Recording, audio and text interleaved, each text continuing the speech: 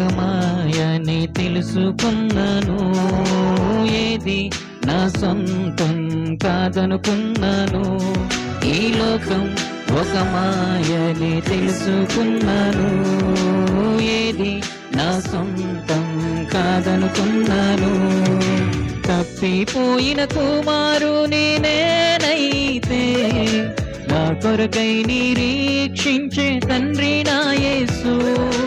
తప్పిపోయిన కుమారుని నేనైతే, నా కొరకై నిరీక్షించే తండ్రి నా యేసు. ఈ లోకమంతా నేను వెదకినా, నాకు లేదయ్యా ఎక్కడ ఆనందం.